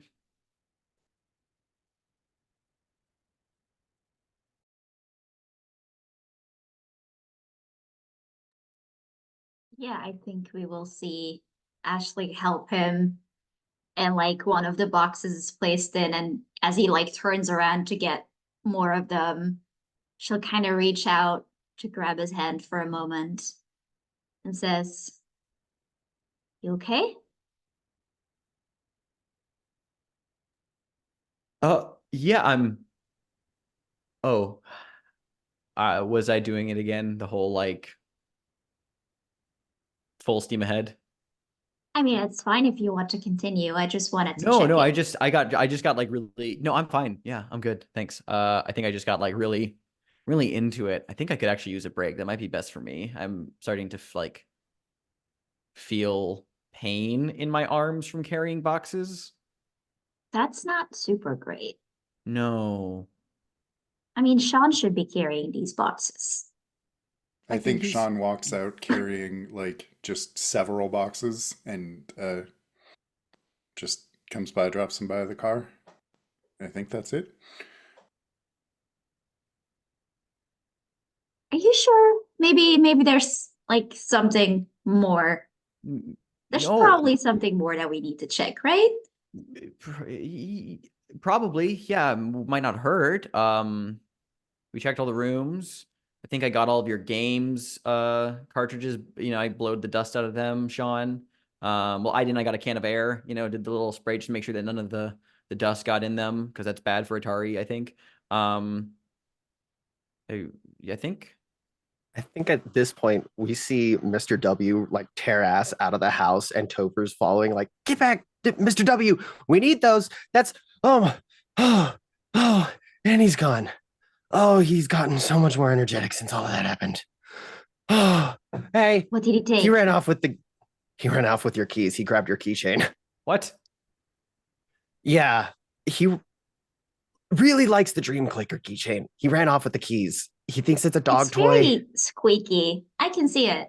But he's coming back, right? Like Mr. W comes back, or Yeah, you're not but leaving him here, are you? no. Well, then I don't see why he we comes do- back. The issue is that he might not come back with the keys. Gotcha. So, yeah, okay. Guess that's it. Guess Have that's to stay it. one more night. One more night. I'll call the realtor. Fuck. Sorry, guys. No, it's fine. What's squatting in a house that we no longer technically are supposed to be staying in? It's not the worst we've done. Reality. I feel like we deserve to be squatters if we want to be squatters. I'm sure that'll absolutely work in court. Whatever. We have an in with the sheriff. It's fine. True, We can do which, whatever we want. Speaking of, Sean, Topher, you two gonna be good? Yeah, I mean, I think honestly, I'm probably gonna stick around. Maybe not in Deep Lake, but around. I'm kind of all of that being trapped inside of like a digital analog hellscape. I'm kind of done with technology. I'm gonna go find like a cabin in like the woods.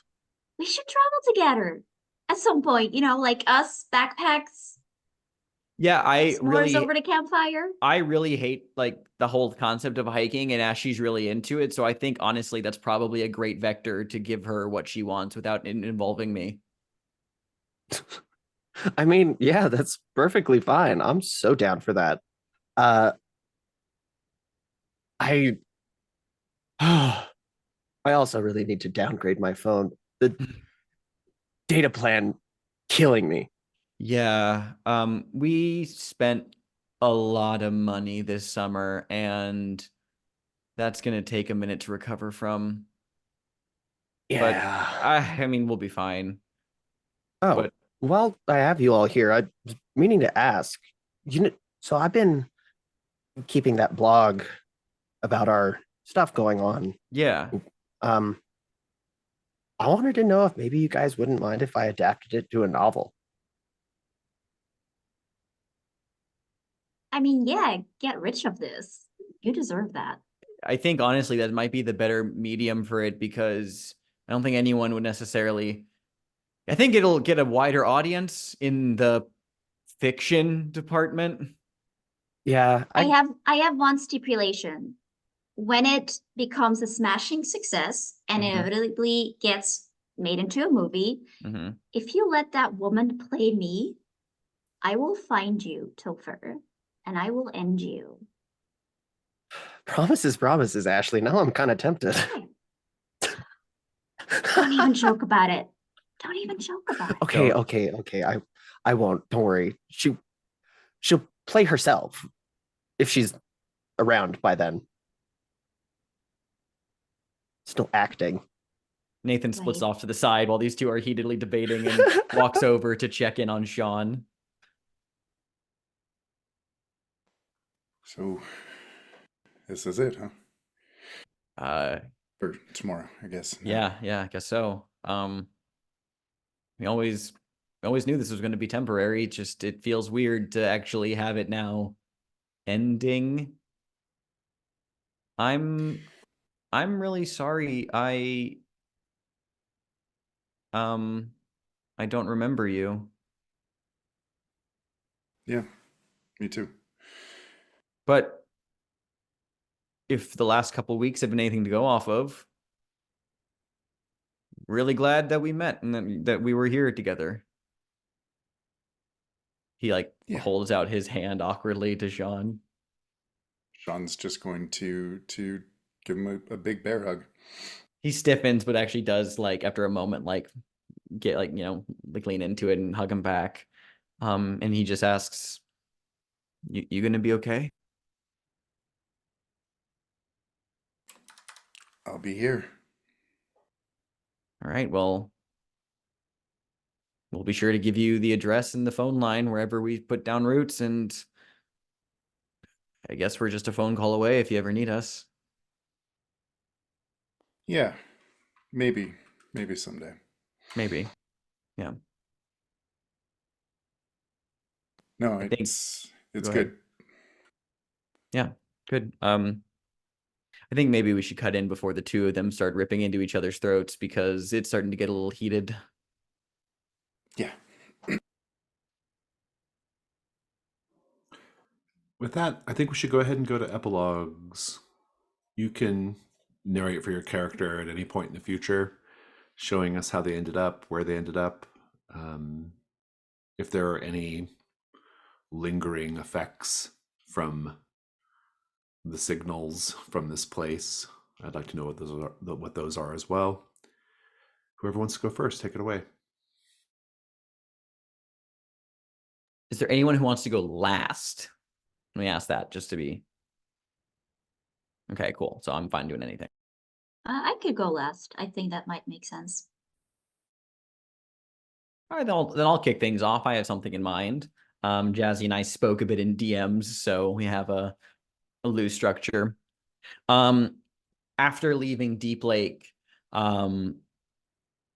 they drive out west to Los Angeles, mostly because Nathan wants to clear out some stuff he still has in Los Angeles. And even before getting there, Nathan realizes that really he doesn't like living in LA. He never really did, and it's just not like the environment or the city for him. And Ashley probably wouldn't like it either, and he wouldn't ask her to stay down there. So they head. I think they spend a lot of time for the next several weeks driving around a little bit, getting to know each other again, and like have a plenty of like moments to be alone and talk with one another and not have anything weird or bad happening to them to just start over and really not have anything else on their plate while they figure out what they want to do next. And by the sounds of it, they stay together. I think they move north.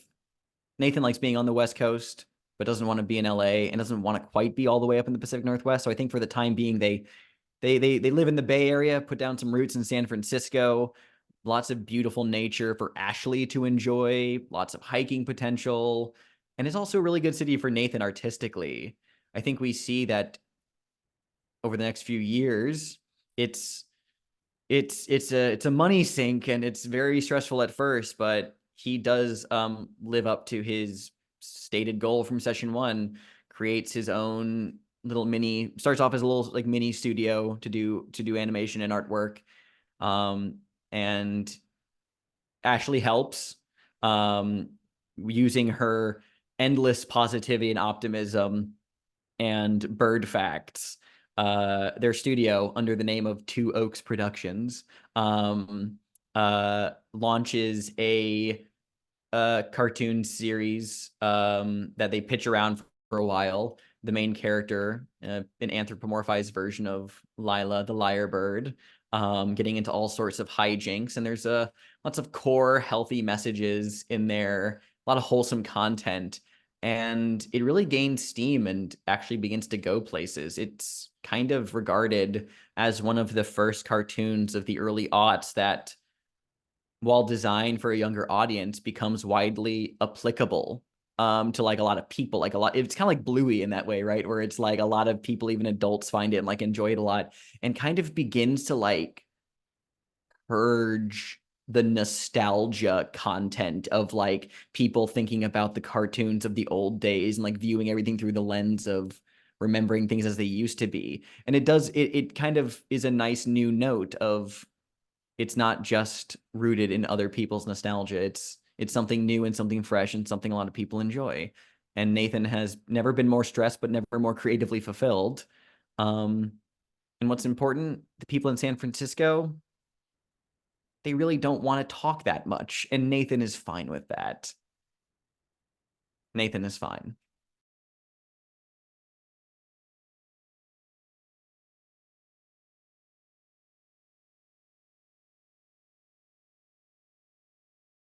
I'll go. I think on the day that everyone finally leaves, we see Sean standing in the driveway, waving as the cars leave. And then he just kind of stands there and watches the horizon for a little bit. And a few months later, we see him up on that hill where TV Odyssey used to be, walking around, kicking the dirt. And I think he sees something. We, the viewer, don't see what it is, but there's something that his foot is uncovered, and he bends over. And then a couple months later, we see him in front of an old storefront. It was once an arcade, and he's looking at it. It has for rent, and in his mind's eye, he's seeing Deep Lake Fitness. And I think Sheriff Bill pulls up and says, "Got more Lottaburger?" And he said, "Yeah, let's go."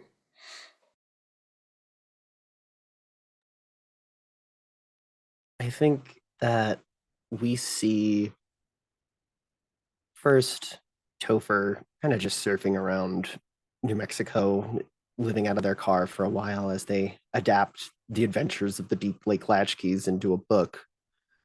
And eventually, a few months pass, a few years of them doing this, and we cut to a lovely two-story home in the Sandia Mountains. And Mr. W is old, lounging on the porch of uh, this home. There are a bunch of little pit bull puppies running around, and we also see a uh, a good number of children, varying different ages, very different identities and appearances to one another, running around playing with the dogs and genuinely just enjoying themselves out in nature. We see the front door open and Topher walks out. They're no longer scared of showing their scars around their neck. They wear them openly. They have a very their face is more wrinkled now, not necessarily from age, but out of living life at this point. And we see them call out to all the children, and they all eventually come running in. And as we see the inside of Topher's home, we can see that there are a lot of different rooms, all of them occupied, and every one of them well appointed, nice, and genuinely cozy. We see a few months in the future from that moment, the latchkeys are all sitting at a table in Topher's yard, catching up on old times, having drinks, eating, grilling, and eventually the topic comes around and Topher presents the idea to everyone that, someone wanted to make a movie out of the story, but Topher doesn't think that, given everything that happened with film in this story, it shouldn't be on film. But they've heard this new medium where it's mostly just audio. And they're thinking that maybe they could get some of the foster kids to help with Foley, and we could all have this little audio drama recounting our experience.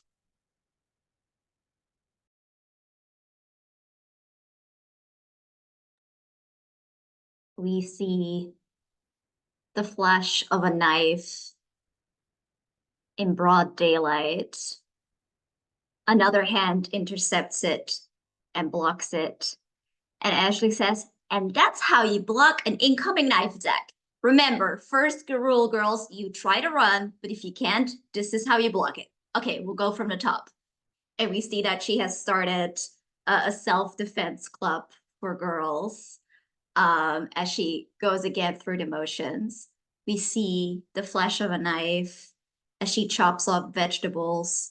Sean is at their home popping in a new Jean-Claude Van Damme movie that we haven't seen yet. Topher is there talking with Nathan about this new audio drama idea. We see the hilt of a knife buried deep underground, deep in the ground, flowers growing over it, beside a lonely grave.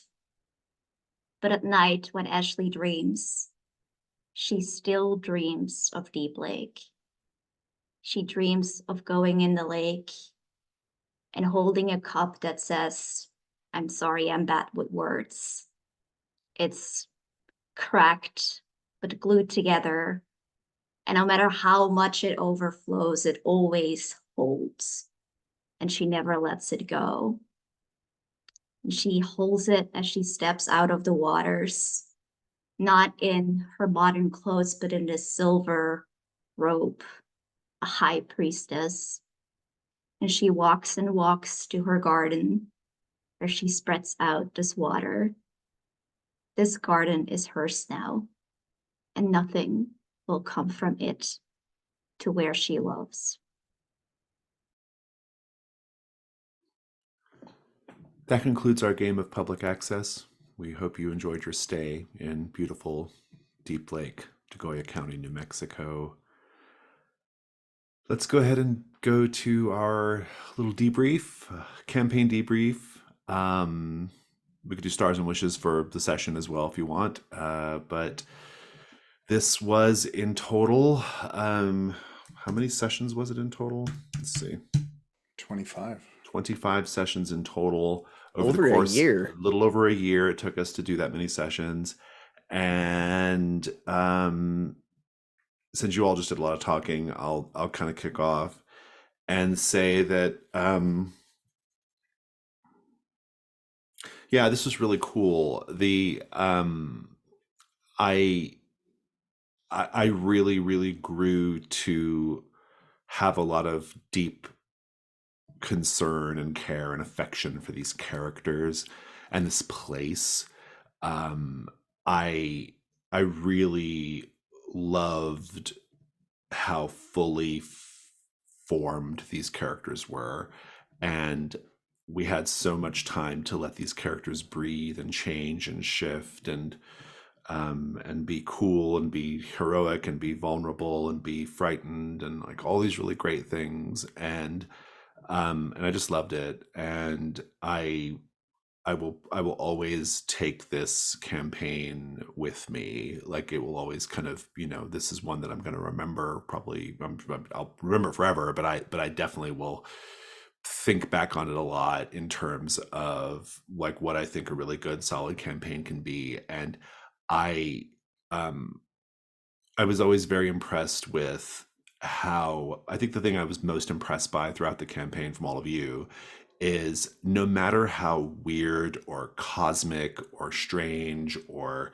horrifying or Lynchian or whatever, no matter how bizarre the settings got, no matter how strange the mysteries got, how dangerous they got, how grotesque in some cases they got, no matter how much it got that way, you all were always able to bring the story back to this emotional place with these characters, this emotional place, this place of like, these are a group of people who live together in a house. They're young people who live together in a house, and they have the concerns of people that age. And I just really love that. I think that was that grounded the campaign in such a cool way. made it all just like work really, really well. And so thank you all for that. Like, it was a really, really excellent experience. As for today's session, I was actually really happy with how it went. I knew that I had kind of like set up a lot last time. I put a lot on the table, and I did it in a way that was mysterious and weird and big and not entirely clear like what was happening. I knew that I was going to give you a really solid recap this session at the start to kind of focus everything in, and I think that was really well like timed, because I felt like after that recap, everybody kind of knew exactly what they needed to do for this session, and everyone got to it, got the mystery solved, got our great send-offs for these characters, and yeah, I was just really happy with it. I really liked the answer a question as well, and I liked how we answered so much in this campaign, but we still have so many ambiguities and lingering questions, right? We don't really know still who the man in the silver suit is, who these like that weird like dream research institute that Nathan dreamed about. We don't know who they are. We as players have a sense of who Mrs. Steele is, but nobody else really does, and the characters certainly don't. And we have a kind of vague, almost like symbolic understanding of what the big man is, but even he is like still sort of like a little bit behind this veil of this gauzy, kind of veil of mystery. So I like that. I like that we answered what we had to answer, but we kept a lot of it still like quite mysterious. And I was really happy with that, just as a sort of overall story outcome. And this is going to live on YouTube forever, and I hope that people who find it in the future watch it and have their thoughts about it and what they think certain things mean. And I would love to hear those things if people have been watching. But so that's something we can all kind of look forward to. But yeah, just as a general matter, yeah, I am equally excited by the conclusion of this campaign and the fact that we did it, and like we finished the whole campaign. It was a really, really cool experience, while also kind of sad that we don't get to see these characters again. There's that little bit of wistfulness to it, I think, that has to be acknowledged. And yeah, just thank you all so much for showing up every time and doing a great job and playing your characters to the hilt when needed and pulling back when needed. And I hope you enjoyed it.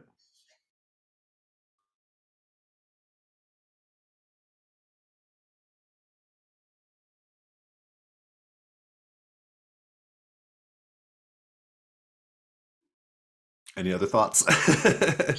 I can see I'm just Ben watching the looking, so staring I'm waiting for him contest. to I'm just talk. waiting for someone else to. I'm so I can nodding. interrupt. I'm nodding at Ben, so I can be like, Okay. yes, go ahead. Yeah, I think this was great. It was so fun to watch all these characters change and everything develop, and it has been a pleasure to play with all of you and get to know you outside of the game. And I am, yeah, very pleased. I was expecting worse than that, and I'm glad that we got a good send off for the characters, and it was bittersweet and just good stuff. Yeah, on the one hand, I'm going to be sad to release Nathan from my grasp and to no longer get to play these characters, but at the same time, I can finally breathe easy, being like, oh, thank God, the story's over. They're not gonna be having a struggle constantly. All things considered, he made it out good, and we can move on. I'm so relieved that things shook out the way they did, even if things aren't really dramatic. I mean, the story has just been a lot of fun with an incredibly stellar group, and it would have been a great story regardless of how tragic or bleak it could have been. But at the core of our campaign, there's always been a lot of like humor and in some ways like parodying in a lot of these elements, and I feel like that was in full force here as well, of just getting to have a foundation of like, yeah, there are a horrifying thing happening, but also like we're being really kitschy and like it's kind of absurd, and that's just the group at this point. And it's a great distinct tone we found. I'd say that the start of this game is not, if you watching the first episode of this, then if you'd watch the last episode of this, I think you'd be very like, what the fuck? But I feel like the entire campaign itself has just been a really smooth roller coaster of various different things happening, different genres happening, different character moments happening. And even if a lot of the vibes and stuff kind of were the same even by the end, I feel like that there was enough connective tissue that really made something of this campaign that would make someone feel like they missed something quite sizable with these characters by the end of things. It was something journey, not destination, but it was great. I mean, it was a great time, man. This was my first full campaign of public access, so great exposure to the system. And am I sad that there are a couple of mysteries we didn't play? Yeah, but I mean, that's okay. I don't think any of us needed to go through the tabletop hell of Greetings Travelers. Greetings, Travelers. Yeah. But the yeah. mysteries we did have in this campaign were like Zagreus was so fitting for Sean. We really got to flourish with Convergence with Ashley too, and that was really great. And just overall, this campaign was just a great time. Yeah, it kind of feels like when I was a kid, I used to like plan like finishing my books or finishing my favorite series. Like I tried to do it on a Friday or a Saturday because I knew I would like basically be useless for like the rest of the day because I would be like so emotional, like, oh, it's over. And that's what this feels like. It's like that wistful, like not void, but like that letting go of it. But yeah, this was really fun. Echoing, I thought was what was really special to me in this campaign was that emotional core to it. I really love horror as sort of like it can be super horrific and just like that's what it is, but I especially love it when it's sort of something that you grow through and something that like you go through the dark to find the light, to be like really corny about it, but like that feeling. And it really felt like so earned at the end, like all these characters, all those moments, like they felt very earned because they were up against so much horrifying stuff and then they had each other. And I love that, how like that was always enough without like getting too heavy-handed or sentimental or whatever about it, but it was like such like an interesting and just cohesive core to me that I really loved. Not just like seeing it, but like actually playing it and being in it was like really special to me, and it felt really, really rewarding every single time when we like got it. Um, this campaign also for me as a player, I feel like I've learned so much and grown so much as a player because of it. Like there were so many moments, like the Nathan Ashley fight at the very start. That was like a big step for me as a player to kind of try that, and I think that worked out like so interestingly well. Like with Steph, that moment between Topher and Ashley when they were like, if I forget you, it's not because I didn't love you. Like that was so emotional as well to play. And then like just a very natural way that Ashley and Sean just like had that banter with like, no, it's not okay, and all of that. Like they had such fun moments to play. And it was just like so fun to like be in this group and then watch all these characters grow, and it just felt so rewarding. And yeah, I really love this system because I think for me, whenever I now play public access, like that has to be there, like that found family emotional core, like that's for me sort of the contrast between the horror and that. And that's like something that I just really, really appreciate that this game facilitates so well, and it's just so fun to play. I will say there's like this there's this like alternate outcome version of public access that the game strongly entertains and implicates, which is or implies, which is that one or more or all of the latchkeys are erased from existence, right?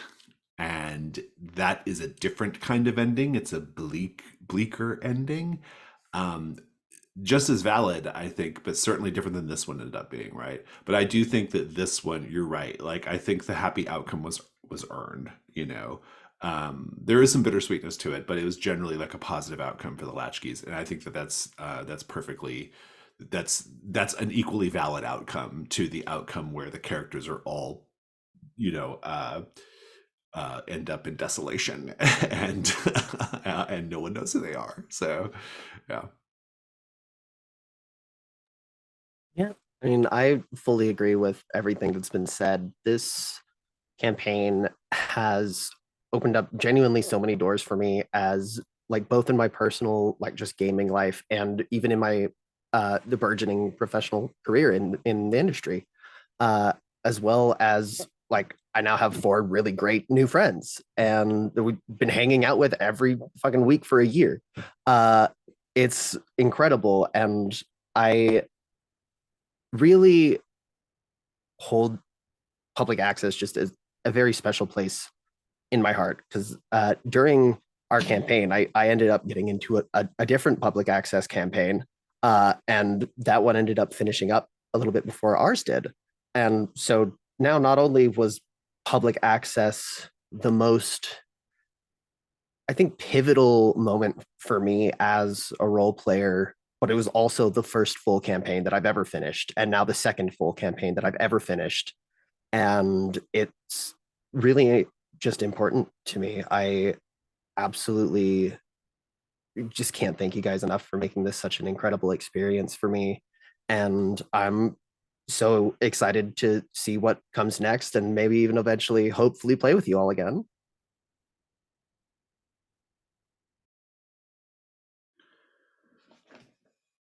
Well, any other thoughts before we sign off for the last time for this campaign, at least? Who knows? I'm sure the 5 of us will see each other in other places again, but it is not like we're all dead after this. um, how grim would that be, though, if something happened to one of us? We will all be erased. Yeah, That's the real yeah, no, ending. like, this is it. We're Bye, all everyone. marking Like- the white signal. Goodbye, everyone. We traded our characters for us. Exactly. We don't exist. We are all presently. This is the chromatic desert. Yeah. Um, well, fantastic. Again, thank you all so much. This was really lovely, and just a real amazing campaign that I'm gonna always remember, and that and you all brought it, and it was a really great time, genuinely entertaining and genuinely like emotional. And I hope, and I know people watch this are thinking the same thing, because I hear it all the time, like wow, I signals from the other side is like so cool. It's a lot of people tell me it's like the first time they've enjoyed an AP, right? Like that is a thing I hear. So that's something we can all be proud of. So with all that said, if you're watching the videos and you stuck with us this whole time, we hope you enjoyed it. Thank you all so much. We're going to wave goodbye one last time to everybody watching. Signing off.